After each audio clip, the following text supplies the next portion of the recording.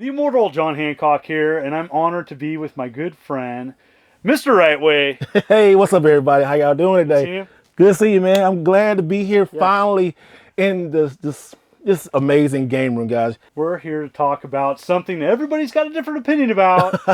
What is a rare game? And Yeah. we definitely have our own opinions. We share a little bit on the same, have some different perspectives, Yep. and we're going to talk with you of those.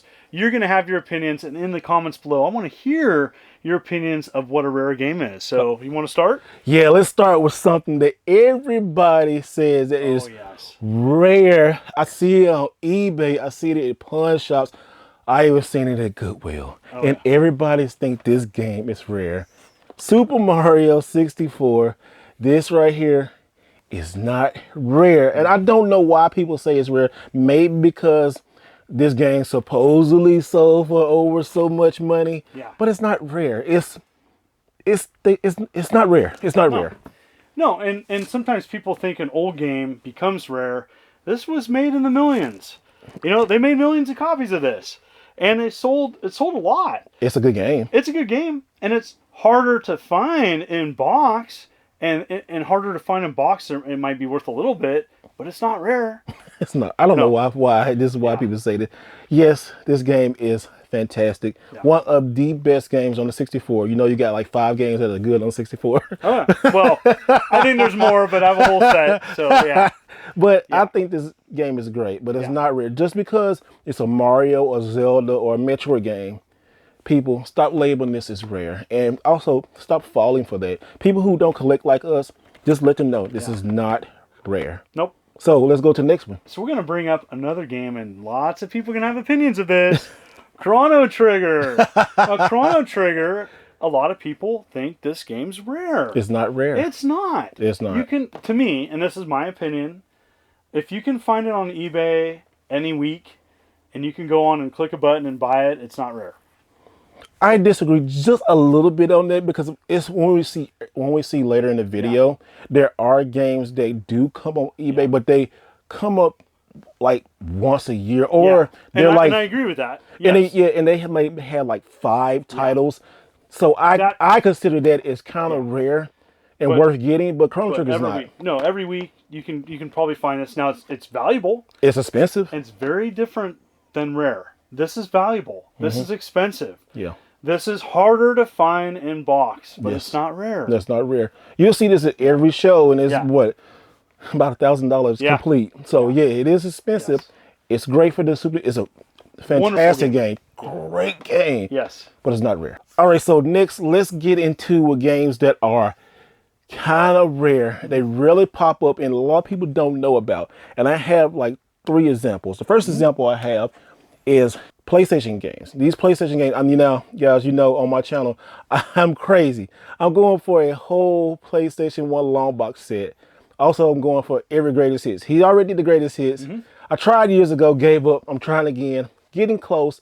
That's on PlayStation 1, 2, 3, and 4. Yes, I am crazy collector like that. Now, what I noticed on the long box set, there are variants. Variants like NBA Live 96. Now, NBA Live 96, and the one that is truly, I say, rare, FIFA 96. Now, if you notice, they have long box versions of both of these games, but the jewel case variants are super hard to find.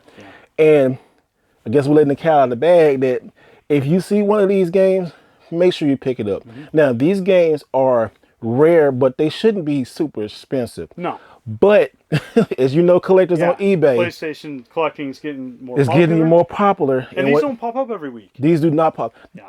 This, I don't know the last time it popped up. I found this at a game exchange for like $4. The same as NBA Live 96. And guys, it's hard to find these games because a lot of people don't know about it. A lot of people don't collect.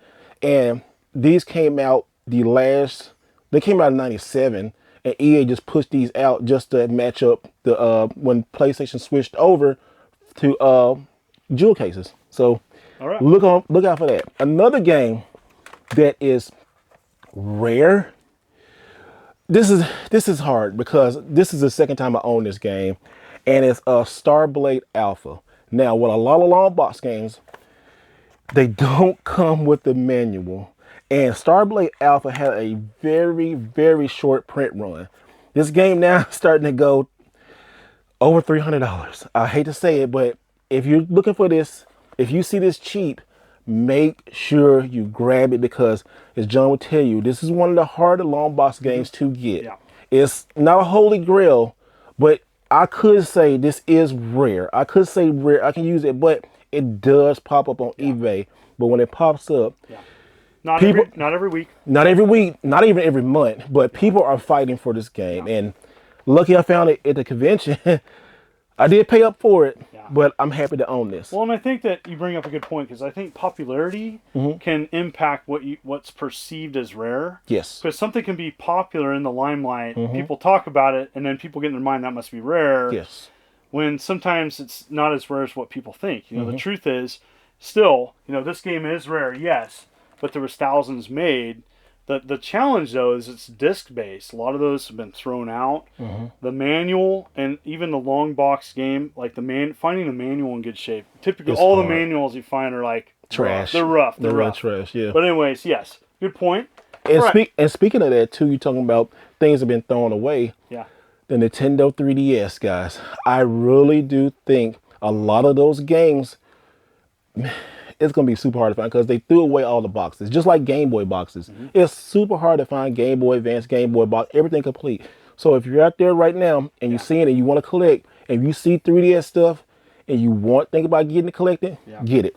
Well, and I would just say any paper box in general, going back to Atari boxes. A lot of people, when they got the Atari 2600 boxes, they ripped them open. Look at this. So finding certain Atari 2600 games in box are very valuable because... Like this Pitfall game right here? That's 5200, but yeah, it's pretty tough to get. Because I know a lot of people talk about this Pitfall right here. Yeah, and I just pulled this off the set. Nice fat box. Yeah, it's got the original cellophane on it. Yeah. Not sealed, though. I like smelling games. It smells good. Yeah, it smells like a library. Yes, it does. It smells like history. So let's jump into these. So this is getting in a little more, like I would consider rare. And this is one of the harder to get. And I know you know. Yes, because we talked about this so many times. Yeah, and this is the Book of Unwritten Tales 2. Yes. Oh my. This is a horrible game. I hate this game. I'm telling you, this storybook game is bad. It's hard to find, but it's on every other system. The Wii U, I think the Wii U had a super short print run with this. The story on this game is still hard. People still thinking about it. It's like, all right, is this game valuable? The game first, when I got it the first 2 times, it was like $40. Now this game is like over $300 to $400. $300 to $400 for this sorry game. Yeah. But it's a Wii U because, you know, I guess a failed system and what else? Small, short library. People think they look at a small number of games and they think it's easy to collect. Not necessarily the case. No. Those Wii game, people have moved on to the Switch. Yes. GameStop hardly has any Wii U games left. It was easier to collect like 3 or 4 years ago. And they threw away the cases. Yeah. If you see a disc only, guys, grab it because you might want it, but you could trade it for something that you want. Yeah. Now we're gonna jump into So I don't have the outside box of this, but this is still very difficult to find. Yes. And this is Pokemon Box, Ruby and Sapphire. Can I hold it? Yeah. Oh my goodness. Yeah. And that's it. I was on a quest to get this game, but I gave up. Maybe I might get it one day. But John has everything, y'all. I'm glad that we're doing this video because have everything. He has everything. He has game. But yes, right here, this is definitely borderline where it's rare and expensive meetup. Yep. What, $1,600 or to close to $2,000? I haven't checked recently. I just know that the first time I was offered it to buy was from Legends. Legendary Games in Vancouver, Washington. I bet you paid what, $2? No, I didn't pay that, but I didn't pay what it's worth now because it's shot up in price because of the popularity of the GameCube. People who Pokemon. It's like the trifecta. Yeah, I mean you have Pokemon, GameCube, Nintendo, and then everybody wants this game. And like my memory card stickers are intact and perfect. And so you got a $2,000 game. Yeah, you have a $2,000 game. Hey, let's look at it. Oh. Yeah, Legendary Games. The memory card's hard to get. Oh, wow. Yeah. Look at that, y'all. Yeah, and it's like red on the other side. It's cool. we'll do a close-up video on that, but that is... Yeah. And you still have everything in there. Mm-hmm. And then it comes with other things too. You got to keep the receipt. That's history. Yeah. With the card, Legendary Games, Vancouver, Washington. Told you he had everything, y'all. I like keeping the receipts because it's a timestamp. It is a timestamp. And I have a couple of Kmart stickers. love it. Kmart, not stickers, Kmart receipts. Yes. Love that. Love that. All right. Next up, your turn, sir. All right, now let's talk about accessories. Rare accessories. These are truly in the box. Now, the thing about accessories is that everybody has controllers. Yeah. A lot of people don't have controllers in the boxes. A lot of people don't have Mortal Kombat controllers in the box for a certain system. No. These do not come up often. If they do come up, people don't know what they have. The boxes are usually really bad, flat, smushed. Yeah. Maybe you see 2 on eBay, maybe 1. And they be, now they'll be showing it. I mean, they'll get me one before this video comes out. But they are reasonably priced. Yeah. But they are rare because a lot of people want games. They don't want accessories. But then you have Mortal Kombat fans. Oh, yeah. And this Mortal Kombat game didn't do too well. No. Wasn't as good as 2. No, I didn't like it as much. No, they do. And 3 would just had that run button. Well, we talk about this another. But yeah. I think, and this is for the Sega Genesis. So they had one for the Genesis, and they also had one for the Super Nintendo. Mm-hmm. Which one have you seen in your years of collecting that's been harder to get? Jeez, I think they're both kind of hard in box. Because I've seen the individual, because this comes with, it's like a controller that has built-in ways of like pulling off moves easy. That was like the whole purpose of it. Yeah. So that, because the moves were fairly complicated, and so this makes it easy to pull off the special moves. Mm-hmm. This comes bundled with a bunch, and so... Oh gosh, and there's different versions. Anyways, it's so many of them. It's hard to track down this unless you're like a controller collector. And there's a lot of controller collectors, especially you Xbox collectors. Y'all got my respect because there's so many Xbox controllers. Oh yeah. But this right here, this started the trend. You know, I remember seeing this I saw this in Sears. Oh okay. And I was like, should I get it? It was like $50. I'm like, I don't need it. I don't even like Mortal Kombat 3. I like 2, but. Yeah, these are hard. And then another thing is the Game Sharks. Yes. The Game Sharks in the box. A lot of people don't use Game Sharks no more because we have the internet. And there you go on the Mortal Kombat 3. And then they came with cartridges. These are the cartridges that go with it. And yes, and there's different cartridges, and I have all 3 cartridges. You got all 3? Yeah. See, he has everything, y'all. So cartridge 2. Okay. And the cartridge starts with a K. There's 2 of them right here. And then all 3. 1. So with it's like never been used controller. All the cartridges right there, guys. We hold them up and check that out. We got 2 very different versions of Rare. Okay, here we go. All right, guys. Here's the moment you wait for. These are the truly rare games, and they don't pop up nowhere. Sometimes these, they pop up at shows, or people sell these like privately, and you'll see why in a minute. Yeah, 2 very different versions of Rare. Okay. So here we go. So the first one is rare that not a lot of people care about or know about. Mm-hmm. So sometimes something's so rare that, or it gets out of the limelight of collecting, like Atari. For a good example, there's a smaller group of collectors that collect Atari now. Atari's older, and maybe you grew up with it. But there's a company, Tiger Vision, that did a very small run of computer cartridges for 2600, VIC-20, and Atari 8-bit computer, along with some other things. And this is Springer. And the best way to describe Springer is... Is it Jerry Springer? No. Okay. No, it's like kind of like a Easter Bunny mixed with Donkey Kong clone. That's Jerry Springer. So this is really hard to get.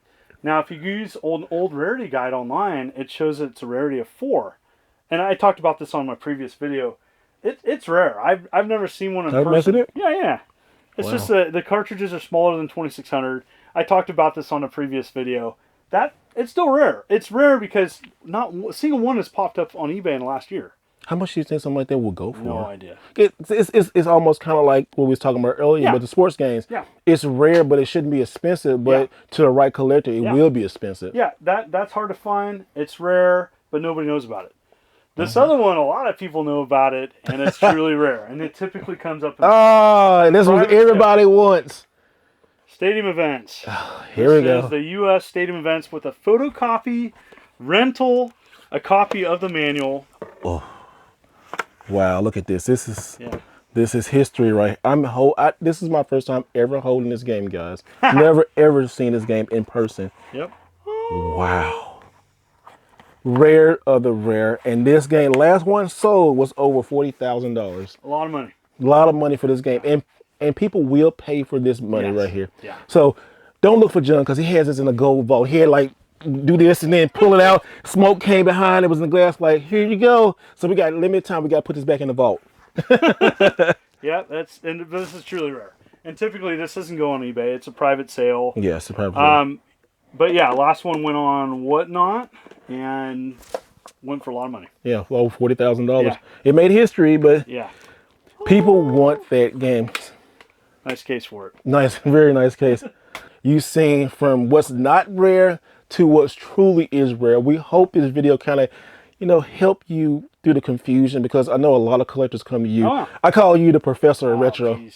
The professor of retro. That's him, John Hancock, because he knows a lot. I'm serious. He's a professor for a reason. And you see a lot of games, and a lot of games, especially Mario. You go out, oh, this is rare. I'm like, no, sir, this is not rare. Just because it's Mario doesn't mean it's rare. So we hope this helps out. You can see rare two different ways. We see it a little bit the same, but we know what's rare and what's not rare. So thank you so much for inviting me on your channel. Oh, absolutely. Thank you so much. Make sure to go to his channel. The link will be below where you can check out. He's got great production values. He covers lots of things on his channel, and he does things the right way. That's right. So check it out. All right, guys. Take care. And like I said, always do it the right way. Well, make sure to hit that like and subscribe button for both of us.